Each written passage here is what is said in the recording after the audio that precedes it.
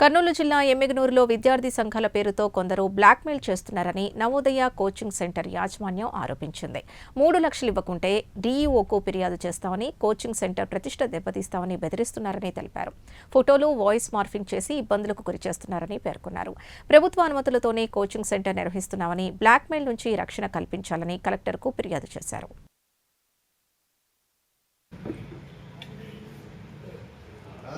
డబ్బులు ఇస్తే డబ్బులు రిటర్న్ ఇస్తారు.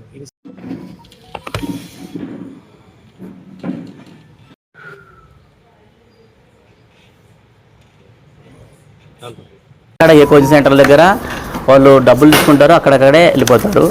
ఇక్కడ మన కోచింగ్ సెంటర్ మీద ఇవ్వలేదన్నందుకు గతంలో ఇచ్చాము అమౌంట్, ఫోన్పేలో ఆధార్ కూడా ఉన్నాయి, ప్రూఫ్లు ఉన్నాయి, ఎవిడెన్స్ అన్నీ ఉన్నాయి. ఇప్పుడు రీసెంట్గా ఇవ్వలేనందుకు లక్షల్లో డిమాండ్ చేశారు. అది ఇవ్వలేకున్నందుకు వాళ్ళు ఎక్కువ మన మీద బ్లాక్మెయిల్ చేసి ఇట్లా అప్రతిష్టాపాలు చేస్తున్నారు. అందరినీ ఇబ్బంది గురి చేస్తున్నారు. ఇంకోటి ఏమంటే కర్నూలు జిల్లాలో 70కి పైగా కోచింగ్ సెంటర్లు ఉన్నాయి. అక్కడ ఎక్కడ కూడా వీళ్ళు రాష్ట్ర కార్యదర్శులు ఉన్నారు, జిల్లా కార్యదర్శులు ఉన్నారు, ఎక్కడ పోవడం లేదు. ఎమ్మిగనూరులోనే 10కి పైగా సంఘాలు ఉన్నాయి, విద్యార్థి సంఘాలు. వీళ్ళు ఎమ్మిగనూరులోనే ఎందుకు ఉండాలా? అక్కడ పోవచ్చు కదా, అక్కడ పోయి వాళ్ళ మీద ఎంక్వైరీ చేయొచ్చు కదా. కోచింగ్ సెంటర్లు ఎన్ని ఉన్నాయి? 70 పైన ఉన్నాయి కర్నూలు జిల్లాలో. పతికోణంలో ఉన్నాయి, కోడమూరులో ఉన్నాయి, కర్నూలులో ఉన్నాయి, 10 కోచింగ్లు ఉన్నాయి. ఎక్కడ పోరు, ఎమ్మిగనూరులోనే ఉంటారు. ఎమ్మిగనూరులోనే సంఘాలు ఉంటాయి, కొత్త సంఘాలు పుట్టుతాయి. ఈ ప్రతి సంవత్సరం ఒక సంఘం తయారైపోతుంది, ఒక కొత్త పుట్టగొడుగులా తయారవుతున్నాయి సంఘాలన్నీ. కొత్త చిన్న పిల్లలు, ఇంటర్మీడియట్ అయిపోయిన పిల్లలు పెట్టుకోవడం, నేను సంఘ కార్యదర్శిని పెట్టుకోవడం, జిల్లా కార్యదర్శిని పెట్టుకోవడం, వాళ్ళే తయారు చేసుకోవడం, ఐడి కార్డు తయారు చేసుకోవడం. నేనే ఇంకా జిల్లా కార్యదర్శిని లేదా రాష్ట్ర కార్యదర్శిని నేనే. ఎమ్మిగనూరులో ఉంటారు, మనది కూడా వాళ్ళే డిమాండ్ చేస్తారు. ఇంత ఇవ్వండి డబ్బులు, మేము వదిలేస్తాం, లేదంటే బ్లాక్మెయిలింగ్, ఇవ్వకుంటే మేము సీజ్ చేస్తాం కోచింగ్ సెంటర్, ఎట్లా నడుపుకుంటారు మీరు అని బ్లాక్మెయిల్ చేయడం. అది ఎక్కువైపోయింది ఈ సమాజంలో. ఇలాంటి వాటిని నిర్మూలించాలనే మా తపన. దీనికి అప్రతిష్టాపాలు చేస్తున్నారు. ప్రతి సంవత్సరం ఇట్లా బ్లాక్మెయిలింగ్ చేద్దామని మా ప్రజల్ని మధ్య తీసుకొచ్చి చెడ్డ పేరు చేస్తున్నారు. గతంలో కూడా డిఓసార్ కూడా ఎంక్వైరీ జరిగింది, అట్లాంటివి ఏం లేదని తేలిపోయింది. కానీ మళ్ళీ ఫోటోలు మార్పింగ్ చేయడం, వీడియోస్ తీయడం మా బ్రదర్ మీద, అప్పుడు తీసుకొచ్చి ఫొటోస్ మా బ్రదర్ మీద చేస్తున్నారు. అది ముమ్మాటికి తప్పది. పూర్తిగా మన కోచింగ్ సెంటర్ నడిపేదంతా నేను నిర్వహిస్తున్నా.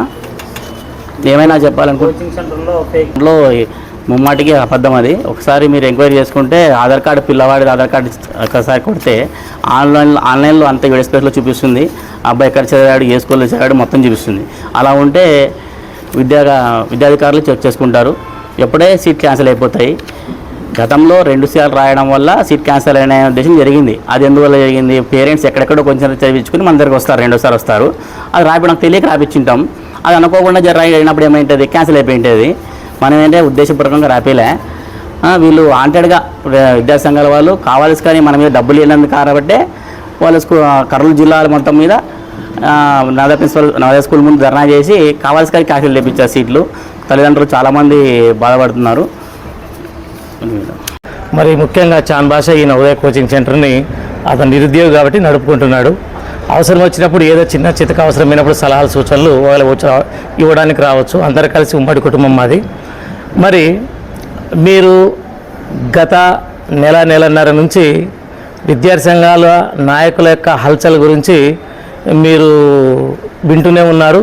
ముఖ్యంగా న్యూస్ ఛానల్ వీక్షకులు, పత్రికా పాఠకులు గమనిస్తూనే ఉన్నారు.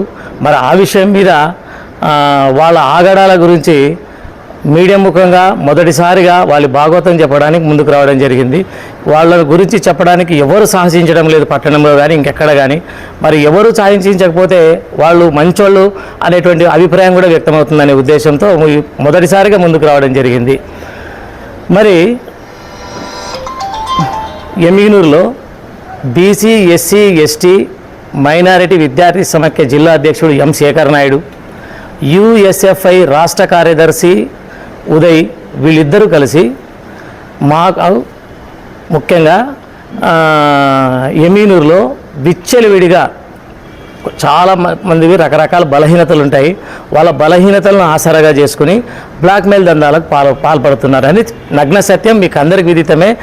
మరి గత అక్టోబర్లో కూడా ఈ కోచింగ్ సెంటర్ దగ్గరకు రావడం, అన్ని ఎమ్మిగనూరులో ఉన్న అన్ని కోచింగ్ సెంటర్ల దగ్గర మరి మా తమ్ముడు కూడా నాకు చెప్పడం జరిగినప్పుడు, మీరు డబ్బులు ఇవ్వకపోతే డిఓ గారిని ఎంఈఓ గారిని కూడా ముందుకు తెర మీదకి తెచ్చి తనిఖీలు చేయిస్తాము. మీరు ఉదయం సాయంత్రం పూట నడపాలా, పగటిపూట నడపకూడదు. నడిపితే మా పర్మిషన్ కావాలా, మాకు డబ్బులు ఇస్తే మేము కోచింగ్ సెంటర్ నడిపినా కూడా మేము సైలెంట్ ఉంటాము. మాకు డబ్బులు ఇవ్వకుంటే అధికారులకు చెప్పి సీజ్ చేయిస్తామని చెప్పి బ్లాక్మెయిల్ చేయడం జరిగింది. వీళ్ళు ఇవ్వలేనందుకు వీళ్ళ మీద అన్ని ఎమ్మినూరులో ఉన్న అన్ని కోచింగ్ సెంటర్ల మీద తనిఖీలు చేయించడం జరిగింది. తనిఖీలు చేయించిన వారం 10 రోజుల తర్వాత మరలా రకరకాల బెదిరింపులకు తలొగ్గి వీళ్ళు ఇచ్చుకోవడం జరిగింది. కొంత నగదు, కొంత ఫోన్పే రూపంలో అందరూ కలిసి ఇచ్చుకోవడం జరిగింది. అదైపోయిన మరుక్షణమే సరే అధికారులు ఎప్పుడు వస్తున్నారు, ఎప్పుడు పోతున్నారు అనేటువంటివి కూడా వీళ్ళతో మాట్లాడి వీళ్ళకు సహకరించినారు కూడా అన్ని విషయాల్లో.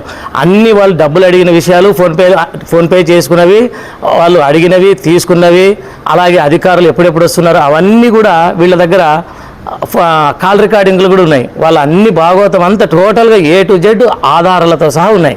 ఫోన్పే ఆధారాలు ఉన్నాయి, కాల్ రికార్డింగ్ ఆధారాలు కూడా ఉన్నాయి.